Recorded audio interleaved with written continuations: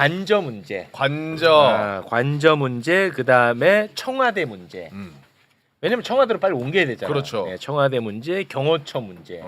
그리고 마약 수사 무마 의혹 관련. 이 얘기 지금부터 나눕니다. 중요합니다. 진짜 중요합니다. 치워도 싸는 똥이 너무 많다 진짜. 근데 이따가 이제 마약 수사 무마 의혹 이따 다룰 건데 대검이 얼마나 진짜 웃기는 놈들인지 이따가 또 나옵니다. 대박이었어. 대박이야 진짜. 정말 대놓고 하니까 돌아버리겠습니다 저는. 정말. 예, 대놓고 해. 무마 의혹 관련해서 마약 수사? 네. 기다려. 오케이. 할 테니까. 정말 멋져. 네. 자, 이 관련해서는 대한민국 최고의 전문가가 있죠. 네. 윤건영 의원님 박수로 맞이합니다. 안녕하세요, 윤건영입니다. 네. 워낙 다룰 게 많아요 의원님이랑. 그래서 짧게 치겠습니다. 네. 일단은 이번에 그 대통령실에 그 무덤같이 해놓고 간 사람들 정진석이 그다음에 그 음담패설 그 누구야? 윤재순. 네. 이거 어떻게 할 겁니까? 총무비서관. 정말 졸렬한 사람들입니다. 청와대는 단 하루도 비어서는 안 되는 조직이거든요. 근데 부처 공무원들을 일괄 복귀시켰다는 건 대한민국을 멈춰 세웠다는 거나 똑같은 말이에요. 정말 진짜 이거 천벌받을 사람들. 국기문란이네요. 만약에 북한에 도발이 있었으면 어떡할 뻔했습니까? 청와대가 텅텅 비어 있었다는 건데요. 그러네요. 예를 들어서 제가 2017년 5월 달에 취임 첫날 새벽 5시 반에 청와대를 갔었거든요. 갔을 때 당시에 상황실에 남아 있었던 경찰이 한 명 있었습니다. 그 사람이 누구냐? 지금 서울청장을 하는 박현수. 박현수 당시에 총경이 상황실에 남아 있었어요. 그래요? 그 당시에? 저한테 인수인계 해주겠다고. 그래서 한 20여일 가까이를 박현수 당시 총경 과장한테 야 니네 보고해라. 어쨌든 우리 입장에서는 이게 연속성 있게 가야 되는 거잖아요. 그렇기 때문에 경찰 정보도 필요하고 군 정보, 특히 제일 중요한 게 군 정보거든요. 군의 위기 상황이나 안보 상황에 대한 대비 태세가 중요한데 그런 걸 그냥 전원 복귀시켰다는 건 아마도 뭐 우리 최강욱 선배님 잘 아시겠지만 박근혜 때 캐비넷 사건들을 그랬나 봐요. 염두에 두고 네. 정진석이 사고를 친 것 같아요. 정말 나쁜 쪽으로 머리를 너무 굴린 겁니다. 네. 아니 그리고 저 항변이랍시고 하는 게 정말 저는 어이가 없었던 게 문재인 정부도 그렇게 했다라고 주장해요. 그러면서 빈 청와대 사진 같은 걸 돌리고 그러더라고 지들끼리. 아니 그거는 인수위 기간이 석 달이 있고 네. 그다음에 지들이 거기 안 들어간다 그래가지고 거기 있던 거 다 뜯어다가 옮긴 거 아니에요. 네. 그런데 그 사진 찍어가지고 문재인 정부도 그렇게 안 넘겨줬다고 거짓말하는 거야 또. 그때 자기들이 인수인계 안 받는다고 얼마나 화를 냈습니까? 그러니까. 네. 아 정말. 이거 진짜 너무 심각한 문제입니다. 네. 자, 할 게 많기 때문에 짧게 합니다. 혹시 그 관저의 그 개 수영장으로 추정되는 네. 그 구조물과 관련해서 그 이후에 또 추가로 들어온 정보가 좀 있습니까? 현장을 봤던 분들한테 제가 확인을 했습니다. 의원들 네. 말고 이제 내부 소식통들한테 확인했더니 개 수영장이 그럴 법하다는 거예요. 이게 다른 용도로는 쓰임이 없다는 거예요. 제가 그건... 여러 차례 말씀드렸지만 목욕탕에서 쓰는 파란색 그 타일 조그만 네. 타일. 그걸 저기 보시면 알겠지만 저건 조경용은 아닙니다. 저게 어떻게 관상용 네. 조경용이에요? 그 말이 안 되죠. 네. 저기다가 만약에 관상을 하기 위해서 한다면 연못을 만들었어요. 그렇죠. 네. 이쁜 연못을. 이건 풀고. 예, 예.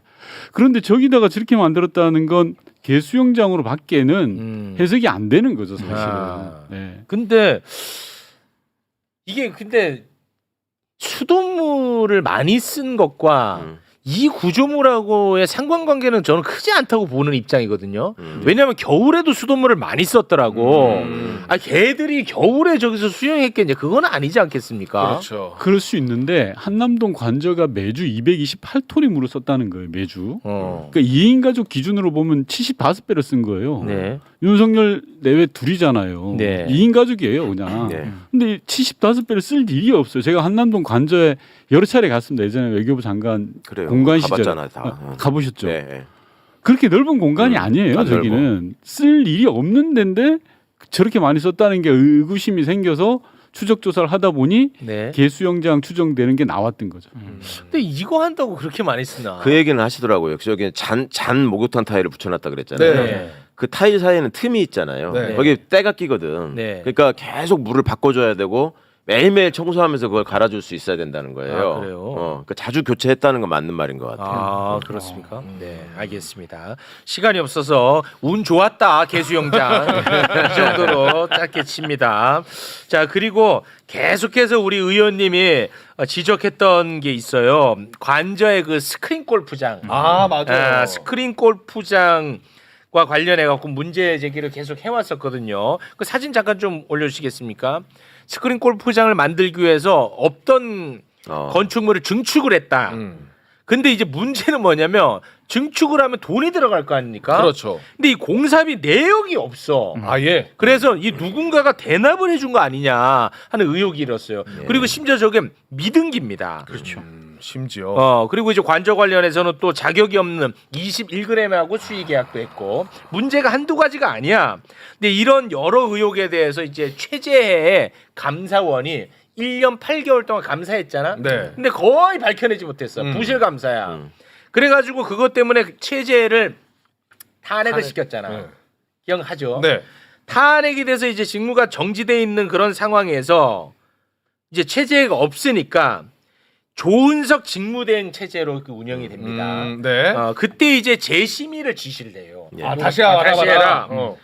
그래서 이제 대납 의혹이 있었다고 했잖아. 네, 네. 왜냐면 이게 지금 돈이 들어가는데 돈을 쓴 지급한 내역이 내역이 없어. 그렇죠. 그래서 이 대납 의혹과 관련해서 수사가 필요하다고 검찰에 수사 참고 자료를 보냈더라고. 감사원에서 최재 최재 없을 때 오, 네. 보낸 거야. 네. 근데 최재가 돌아왔어. 헌재에서 기각당했고 돌아왔잖아. 네. 돌아오자마자 이거 수사 의뢰한 놈들 색출해가지고 또 한직으로 보냈다는 거야. 와 진짜요? 나 이거 몰랐어. 감찰까지 지시했어요. 감찰까지 지시했다. 누가 이거 조사 보냈냐? 네. 요거 빨리 해줘요. 예. 와 이거 와, 나 이거 미치겠어. 몰랐네. 할 게 한두 가지가 아니야. 체제 감사원이 어디까지 갈지 모르겠어요. 최재해. 네, 체제 감사원이 와. 정말 감사원의 흑역사를 쓸 수 있는 최대치를 쓰고 있는데 말씀하신 대로 국회에서 문제 제기가 되면서 한남동 관저 공사가 너무 부실 덩어리예요. 네. 아까 사진에도 보셨다시피 정말 미스테리예요. 관저 자체가. 그래서 그걸 다 일일이 감사해서 적발된 내용들을 검찰에 수사 의뢰를 합니다. 수사 의뢰하는 것도 되게 예외적이죠. 감사원에서 하는 건. 네. 그런데 그 수사 의뢰한 장본인 국장과 과장을 최재가 복귀하자마자 저 멀리 보내버려요. 와 국장 과장. 네. 대단하다. 그리고 그 사람들을 업무 배제시켜요. 멀쩡히 감사를 잘 해오다가 그리고 뭐라고 황당하냐면 야 그건 추정치야. 추정이야 추정. 우리 감사한 게 잘못됐어. 스스로 감사 자체를 부정해요. 최재가. 근데 왜냐면- 정작 그걸 넘겨받았던 검찰은 정식 수사를 하고 입건해가지고 해서 수사하는 수사를 거야. 하고 왜냐 검찰이 볼 때도 이게 황당하거든. 너무 이상하거든. 저 같은 보통 사람이 봐도 이상하니까 네. 검찰은 당연할 거 아닙니까? 네. 수사를 하고 있어요. 근데 오히려 넘긴 감사원이 최재는 아니야 우리가 잘못했어 이러고 있어요 지금. 나쁜 사람이야. 이 진짜 이게 정말 너무 재해야. 엉망인데 지금 아직 감사원 관련해 가지고 이재명 정부에서 뭔가 좀 속아냈다라든지 정상화 시켰다라는 이런 게 좀 안 나오고 있는데 그건 어려운 건가요? 아니요, 이렇게 어렵지 않은 일인데 일단 감사원장이 임기가 있어서 그 금년 11월까지다. 뭐 원장은 그때까지 버틴기면 뭐 버틴다고 생각할지 모르겠어요. 근데 사무총장이나 이런 거는 금방 바로 바꿀 수 있거든요. 근데 그게 지금 이제 아직 세팅이 다 다른 인사나 이런 것들하고 맞물려서 안 끝났나 봐요. 그러니까 사무총장 빨리 교체해야 되고 네. 저기 있는 1급 본부장들 이게 이제 다 똘마니 짓만 하고 있어가지고 네. 그것도 빨리 정리해야죠. 와 진짜 이거 심각해. 심각하네. 이 감사원이 진짜 심각한 게 많아. 그리고 감사원은 좀 그 원장만 제대로 가면 정리하기가 쉬운 게 유병호가 심어놓은 그 집단을 지들끼리 타이거라고 하면서 네, 타이거파. 우리가, 타이거파 있잖아요. 예. 그 타이거파들이 거의 매일 모인대 지금 지네가 살기 위해서. 아. 그래서 매일매일 모이는 바람에 직원들이 다 알더만 걔들을. 그러니까 요만큼 이렇게 해서 드러내면 돼. 그러니까 검찰과의 차이가 검찰들은 서로 지금 나 윤라인 아니야 이러고 다닌다는 건데 아 그래요? 윤석열 사는 아니라고 하는 얘들은 지들끼리 타이거라고 모여 있어서. 속아내기는 오히려 더 편하다. 그렇죠. 이건 속아내는 것도 아니고 드러내는 거야. 그러니까. 드러내는 겁니다. 하지만 감사원장 자체를 어떻게 손댈 수는 없습니다. 임기제고 말씀하신 타이거파의 수장인 유병호가 네. 감사위원으로 가 있어요. 사무총장 위에 그러니까 감사원장과 사무총장 그 사이에 여러 명의 감사위원이 있는데 네. 사실상 유병호가 지금 감사위원으로 있으면서 모두를 다 관할하고 장악하고 있는 거예요. 그리고 유병호가 사실은 진작에 고발돼가지고 공수처에 입건돼 있어요. 네. 그러니까 수사만 제대로 하면 바로 다 저기 할 수 있고 더 웃기는 건 저 아까 이제 조은석 감사원장 대행 그분이 임명된 지가 제일 처음이었기 때문에 선임으로 대행을 한 거란 말이에요. 임기가 끝나고 나갔어요 지금 조은석 의원은. 아 지금은 없어요. 네. 그럼 조은석 의원 빈자리를 누가 채웠을 거 아니에요. 네. 백재명이라는 검사 출신이 와서 채웠어요. 네. 근데 그거는 탄핵이네 뭐네 막 시끄럽고 계엄에 혼란한 상황에서 절차도 거치지 않고 오늘 보니까 거기 와서 앉아 있더래. 오. 감사위원이라고. 대통령 임명직이라서 그렇습니다. 감사위원들은 감사위원은. 대통령 네. 임명직이기 때문에 윤석 대통령이 권한대 임명하고 가버린 거예요. 이주호가 네, 똥 싸버리고 가버린 거예요. 이주호가 조용히 임명한 그러니까 거예요. 그 사전 절차나 뭐 이런 것도 없이 그러니까 직원들도 보니까 오늘 보니까 앉아 있더래. 감사원 직원들이 또 검사 출신이야. 저 사람은 임용 절차 없이 와가지고 임용 자체가 무효다 지금. 이렇게. 근데 그런 거를 어떻게 다 알아요? 공직기강 비서관 했었잖아요. 네. 공직기강 비서관 직무하고 가장 관련성이 있는 정부 조직 중에 하나가 감사원이지. 거기도 공직기강 담당이잖아. 아 그래요? 네.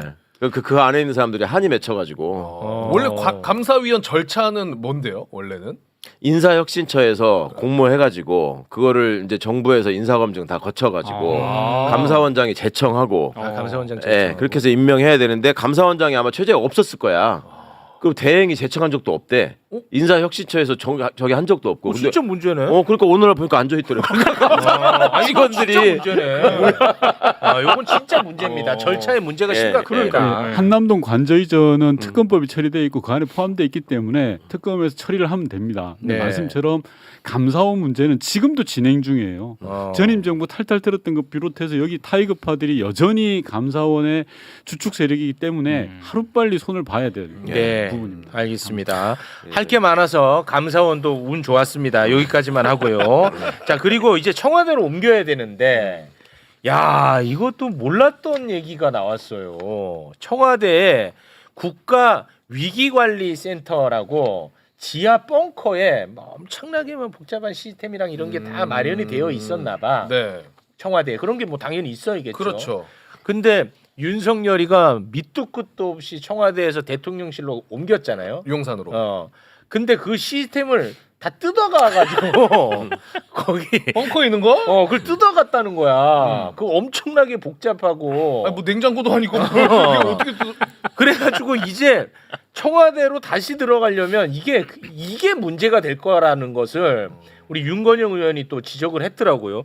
요거 좀 정리 한번 해주시죠. 그러니까 청와대에 개방되지 않은 공간, 대통령 집무실인 여민관, 경호동은 보안 조치에 그렇게 시간이 많이 안 걸릴 겁니다. 건물을 얼마나 리모델링하고 개보수하느냐의 시간이 문제일 건데 핵심은 위기관리센터거든요. 위기관리센터는 대한민국 안보 상황, 재난 상황을 한눈에 다 볼 수 있는 겁니다. 흔히 말하면 영화에서 보면 그렇죠. 미국 뭐 나사 같은 데서 화면 여러 개 있고 막 손으로 옮기고 뭐 이런 거 있잖아요. 네네네. 딱 그런 데거든요. 네. 근데 윤석열이가 용산으로 이전하면서 위기관리센터의 주요 물품들을 뜯어가 버린 거예요. 용산으로. 와. 근데 문제는 이 위기관리센터 청와대 위기관리센터를 구축하는데 1년 걸렸어요. 진짜 공들여서 애써서 네, 정말 정말 만들었는데. 공들여서 네. 그것도 초스피드로. 문재인 정부 때 그거를 구축한 거예요. 처음에는 노무현 정부 때 구축을 했어요. 노무현 정부 때 시작을 해가지고 완성 단계로 갔던 게 문재인 정부거든요. 그랬어요. 근데 이게 근 1년 가까이 걸렸던 걸 망치는 데는 하루면 된 거예요. 그러니까 기억하실 장면이 강원도에 불났을 때 왜 전국의 소방차가 한 줄로 쫙 가가지고 네. 나왔죠. 예. 그게 위기관리센터 때문에 가능한 일이에요. 전국의 상황을 다 보고 있기 때문에 그래서 실시간으로 연락을 하고 그다음에 소방직을 국가직으로 전환시키면서 청와대에서 지휘를 할 수 있었던 거지. 그러니까 한 번에 다 가라 하니까 보면서 쫙 가가지고 불 껐잖아. 그걸 다 무너뜨려 버린 거예요, 애들이. 그래서 제 생각에는 새 정부가 청와대로 들어가더라도 위기관리센터를 이원화시켜야 될 수도 있습니다. 왜냐하면 이거는 그냥 구축하는 게 아니거든요. 여러 번 반복 학습을 통해서 완벽해져야 됩니다. 위기관리센터라는 게 실수할 수 있는 건 아니잖아요. 그게 막 기계만 옮겨서 되는 게 아니고. 그럼요. 예, 예. 진짜 너무 짜증나 진짜. 이게 제 개인적 경험이지만 청와대를 갔을 때 공직자로서 여기가 진짜 국가의 중추고 여기서 모든 걸 다 확인해서 할 수 있겠구나 하는 걸 느끼게 해주는 게 거의거든요. 딱 가면은 지하에 딱 있는데 네네. 컴컴한데 막 사람들이 쫙 앉아가지고 오. 모니터 들여다보고 있는데 진짜 영화에서 막 무슨 해성 떨어진다 그러고 어쩌고 저쩌고 막 이렇게 쫙쫙쫙 나오잖아. 네. 그게 있어. 그게 그 상시 운영되는 거예요? 그럼요. 24시간. 아, 그래요? 24시간? 24시간 모니터링을 하고 아, 그 그래요? 전문으로 하는 게 위기관리센터입니다. 아. 위기관리센터는 육해공, 해경, 경찰, 소방 모든 인력들이 다 지원 나와 있습니다. 아. 그래서 각 부처 조직에서 올라오는 정보와 그 위기관리센터에서 받는 정보들이 다 수렴되는 거고요. 단적인 예로 2014년 세월호 참사가 있었지 않습니까? 네. 세월호 참사 같은 경우도 저희 문재인 정부 때 위기관리센터 시스템은 위기관리센터에서 볼 수 있도록 만들어 놓았습니다.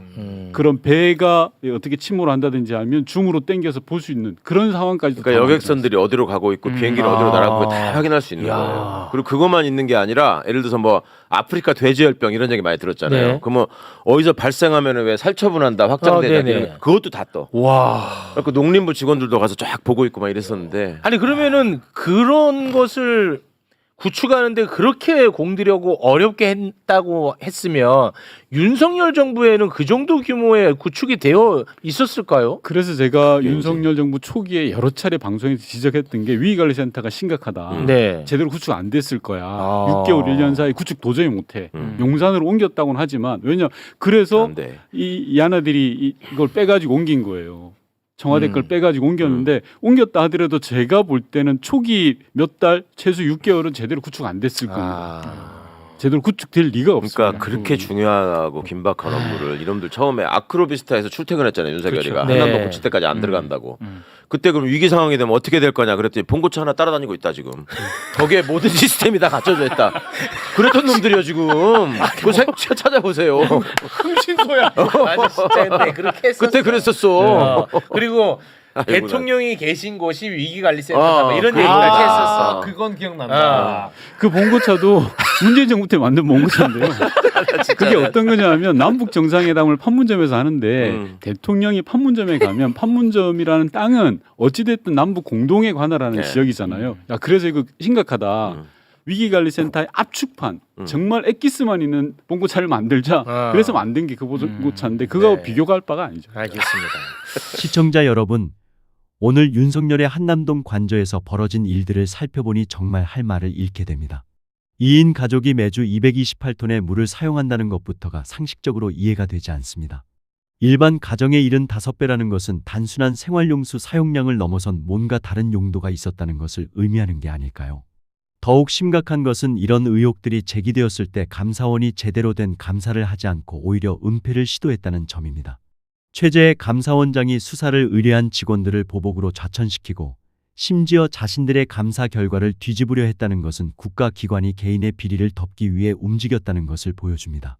특히 청와대 위기관리센터를 파괴한 것은 정말 용서할 수 없는 일입니다. 강원도 산불 같은 국가적 재난 상황에서 얼마나 중요한 시설인지 모르는 사람은 없을 텐데 개인적인 이유로 이런 국가 안보 시설을 무력화시켰다는 것은 직무유기를 넘어 국가에 대한 배신 행위라고 봐야 할 것 같습니다. 다행히 이제는 새로운 정부가 들어서서 이런 비리들이 하나씩 드러나고 있습니다. 진실은 반드시 밝혀져야 하고 책임자들은 그에 상응하는 처벌을 받아야 할 것입니다. 국민의 세금으로 이런 일들이 벌어졌다는 것을 생각하면 정말 화가 나지만 이제라도 진실이 밝혀지고 있다는 점에서는 다행이라고 생각합니다. 영상이 유익하셨다면 구독과 좋아요 부탁드리고 댓글로 여러분의 생각도 들려주세요. 감사합니다.